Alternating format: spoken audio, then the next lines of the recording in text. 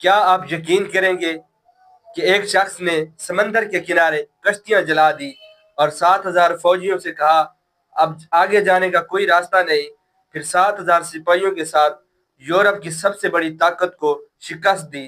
یہ وہ واقعہ ہے جو آپ کو کتابوں میں نہیں پڑھایا جاتا۔ اسلامی تاریخ میں کچھ نام ایسے ہیں جو صرف جرنیل نہیں بلکہ نظریہ بن گئے۔ ہاں جی، طارق بن زیاد ایک ایسے بہادر لیڈر تھے جنہیں آج بھی تاریخ سنہری الفاظ میں یاد رکھتی ہے، جنہوں نے یورپ جیسے ملک کو شکست دی۔ جس ملک کو ہم اسپین کہتے ہیں، اس دور میں اس ملک کو اندلس کہا جاتا تھا، اور وہاں پہ رومن نژاد حکمران حکومت کر رہے تھے جنہیں روڈرک کہا جاتا تھا۔ اسی دوران اس ملک کے اندر سیاسی بے انتشاری، بد امنی پھیلی جس نے عوام کے اندر بے چینی پھیلا دی تھی۔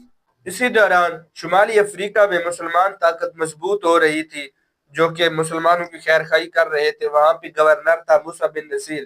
موسیٰ بن نصیر نے جب یہ کیفیت دیکھی تو انہوں نے طارق بن زیاد کو ایک اہم ذمہ داری سونپی۔ 11 میں تقریباً 7,000 سپاہی اکثر بربر مجاہدین جنہوں نے بحیرہ روم کو عبور کیا اور ایک بڑی پہاڑی پر اترے۔ یہ جگہ کہلاتی ہے جبل طارق، یعنی طارق کا پہاڑ۔ یہ جگہ آج بھی مشہور ہے اور اس کا نام آج بھی زندہ ہے۔ روایت میں آتا ہے کہ طارق بن زیاد نے اپنی فوج سے کہا اب پیچھے جانے کا کوئی راستہ نہیں، آگے سمندر ہے اور پیچھے دشمن، اب فتح یا شہادت۔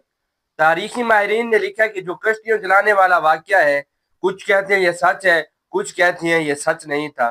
بہرحال طارق بن زیاد نے جب اپنی 7,000 کے لشکر سے وہ گفتگو کی، تقریر کی، ان کا حوصلہ بلند کیا تو فوج کا جو حوصلہ تھا وہ آسمانوں سے بلند ہو گیا۔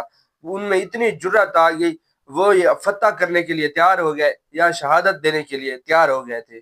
روڈرک 50,000 فوج کا قافلہ لے کر میدان میں اترا، جبکہ مسلمان فوج کے 7,000 سپاہی تھے، اور یہ جنگ مسلمانوں کو ناممکن لگ رہی تھی۔ مسلمانوں کے پاس کیا تھا؟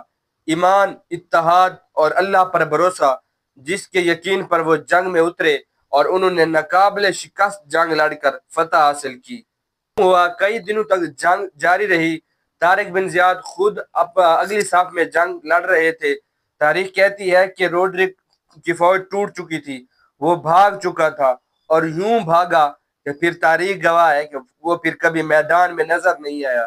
یہ تھی مسلمانوں کے پاس اتحاد اور قوت ایمانی۔ آج ایران لڑ رہا ہے تو صرف خدا کے بھروسے پر لڑ رہا ہے، اس کے ساتھ کوئی نہیں ہے۔ آگے سے بے شک 50,000 ہے، لیکن ادھر وہی 7,000 والا معاملہ چل رہا ہے۔ اللہ تعالیٰ ایران کی مدد کرے۔ مسلمان فوج نے چند سالوں میں پورے اندلس پر فتح حاصل کر لی، پورے اندلس کو فتح کر لیا۔ پھر کچھ یوں ہوا، وہاں پر علم، تہذیب، فن مہارات اور سائنس جیسے علم روشن ہوئے، جو کہ غرناطہ، اشبیلا جیسے شہروں میں علم کے شہر، علم کی روشنی پھیلی اور مسلمانوں کا بول بالا ہوا۔ طارق بن زیاد کی قربانیوں سے اندلس مسلمانوں کے حوالے ہوا۔ طارق بن زیاد ہمیں کیا سکھاتے ہیں؟ اگر قیادت آگے بڑھ کر لڑنے والی ہو تو فتح کرنے سے کوئی نہیں روک سکتا۔ فتح انسان کا مقدر بن جاتی ہے مسلمانوں کا جب لیڈر لڑ رہا ہوتا ہے۔ طارق بن زیاد کی باتوں سے ہمیں سیکھنا چاہیے کہ ہمیں کافروں کے ساتھ لڑنا چاہیے، اپنے ایمان اور اپنے مسلمان ہونے کا فرض ادا کرنا چاہیے اور اپنے ایمان کی مضبوطی کو تھامنا چاہیے۔ طارق بن زیاد کی قربانی کیسی لگی آپ کو، اور انہوں نے کیسے فتح کیا؟ اگلی ویڈیو کس پہ بناؤں؟ اپنی رائے کومنٹ میں ضرور دیں۔ ملتے ہیں اگلی ویڈیو میں، تب تک اپنا بہت سا خیال رکھیے گا۔ اللہ حافظ۔